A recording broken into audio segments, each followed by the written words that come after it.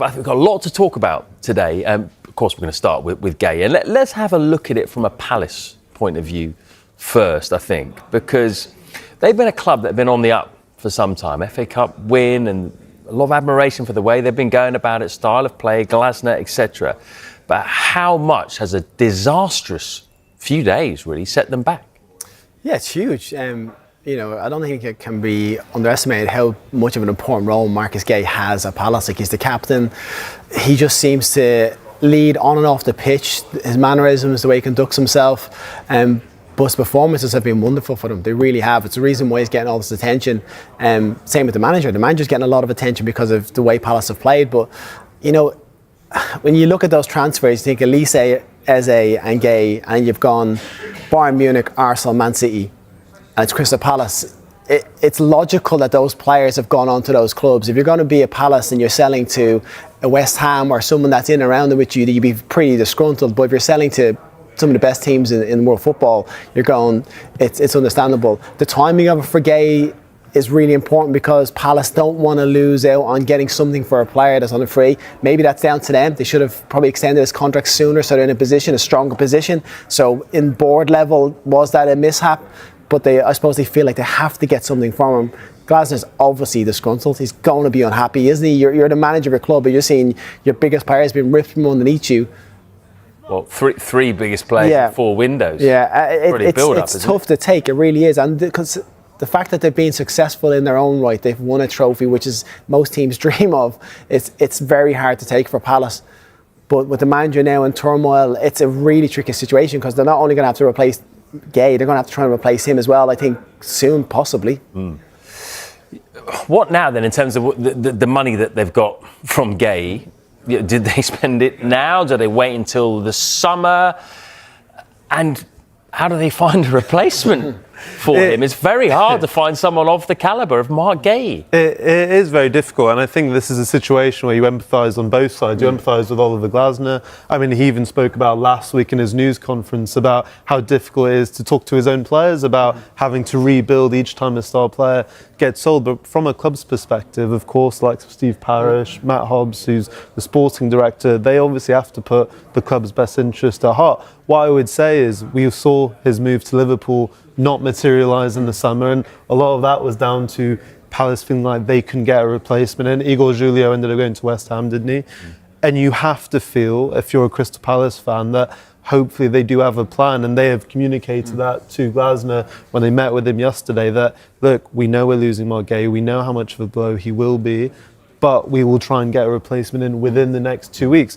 What I would also say is they do have Chadi Riyad, who has not quite been fit this season, but they did sign him last summer. And they have JD Canvo, who, yes, is only 20 years old, but they invested in last summer, maybe as a long-term solution. So they're going to maybe have to develop him a lot quicker than they first entailed. But they knew this could happen, though. The hard thing with Palace is they're trying to appease a manager that looks like 100% he's going to go out an hour in the summer anyway. So it's almost like an interim from now till summer. So you're trying to get someone back on board that you're not going to be able to give full reins to because he might not be in charge when it comes to taking that role. So when it comes to signings and players come in, they have to look at a close perspective and think who's best for the club, not for this manager, which is really interesting. Yeah. Let's move on to Manchester City then. They were all over the place defensively against Manchester United, weren't they, really? Yeah. United could have scored a lot more than the two in the end. A couple of offside decisions that were very tight, and they hit the post and the bar as well. Does Marc Guehi come in? Does that one move alone, does that transform them defensively? Oh, massively gives them an upper hand, I think. Not only are you bringing in someone that you expect is going to start straight away and be able to play the level they want within, there should be no build-up time to him getting into swing of things realistically. You feel that he's going to come in, his attitude seems so spot on that no matter where he plays, he's going to be comfortable. And no, you're doing that, but you're also stopping him going to one of your rivals, which is really important because Arsenal and Liverpool would have had invested interest in bringing Guehi in because they know how important he could be for that back four role. There's nothing more evident than the weekend how City have struggled defensively. I think they have done all season slightly. injuries now on top of that, it's massive that they've got him through the door, and that could be the difference with giving them that push to really try and challenge Arsenal or dropping off. It's also future-proofing their defence, isn't it? Because in the summer, John Stones is out of contract, of course. He's also been suffering with different injuries over the last few years, you would say as well. Nathan Ake has... Pep Guardiola has even admitted that he struggled to play consecutive games in a row. So when all these defenders are back, Ruben Diaz, Josko Gvardiol, you are essentially looking at perhaps a partnership for years in terms of Ruben Diaz and Marc Guehi, and Gvardiol can of course play there, but we've seen him more deployed as a left back. So I think for Pep Guardiola, Manchester City, you now have a partnership, hopefully if everyone stays fit, you know, for years to come to challenge. That's a good point actually. What do you think is their first choice? If everyone's fit, what would be their first choice centre-back pairing? You've got Gvardiol, you've got Diaz, you've got Kusanov, and you've got Guehi. They're all... or Chuck Stones in there, just in case he stays. Who would be their starting pairing? Eventually, I think it'll be Guehi and Gvardiol. That's for me. I just think that that looks like a lovely, well-balanced left-footed centre-back, right-footed centre-back, pace, energy, youth on their side, loads of experience from both of them already. I think that going forward looks like a really, really solid partnership. But now Diaz will... Diaz on the bench, if going forward, but I think Diaz will play now because of his captain, because of his experience. I think he comes into that. But going forward for City in the long term, those two seem like it could be a wonderful partnership. For Stevie, what are the 3 major positions Liverpool need to strengthen in this summer? Well, centre-back's pretty much the obvious one. You could probably do with 2, never mind 1. I think if they brought a real midfielder in as well. I don't think Curtis Jones is a starter in Liverpool's best 11. So who would you have from the world? From the world, I don't have any at the top of my head, but you know, the Szoboszlai, McAllister and Gravenberg, no question, were fantastic last year. Hasn't quite worked this year for whatever reason.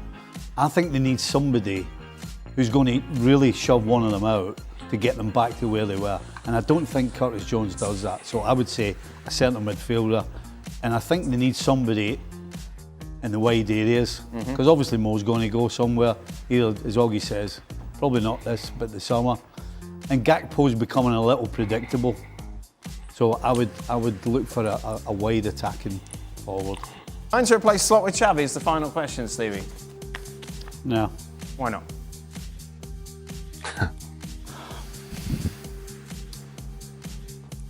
Well, what did Xavi Xavi do at Real Madrid to fill anybody with any confidence? I mean, he didn't do anything. But could anyone have done anything at Real Madrid? Well, that's a question I can't answer for you. Right. All I know is that managers are based on what they do. So right? if you were starting a new club, you had to choose a manager between Arne Slot and Xabi Alonso. You would choose Arne Slot. Well, it's not that straightforward. Well, it's a straightforward question. Well, it's not. I think it is. Well, it's not. It is. No, well, honest. So Xabi Alonso had a bunch of players who were kind of unknowns, but were all together. They were all young. They listened to everything he said. He got them all together, got them playing. It was fantastic. Oh yeah, Xhaka's young.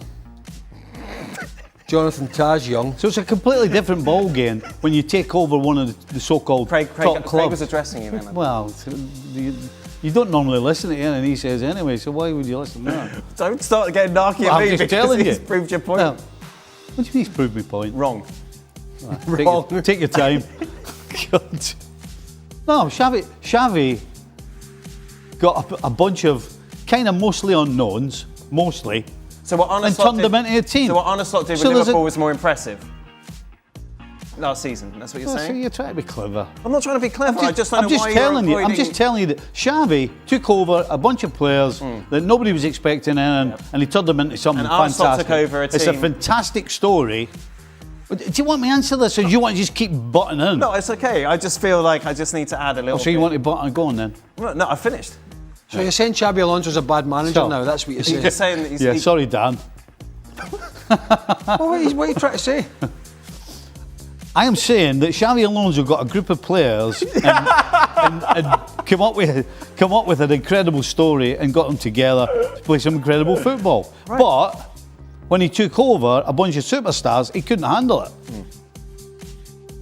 So why would you give him another big job like Liverpool? Really? That's your stance on this? Well, so when it comes to summer and he's hired, that's going to be your stance?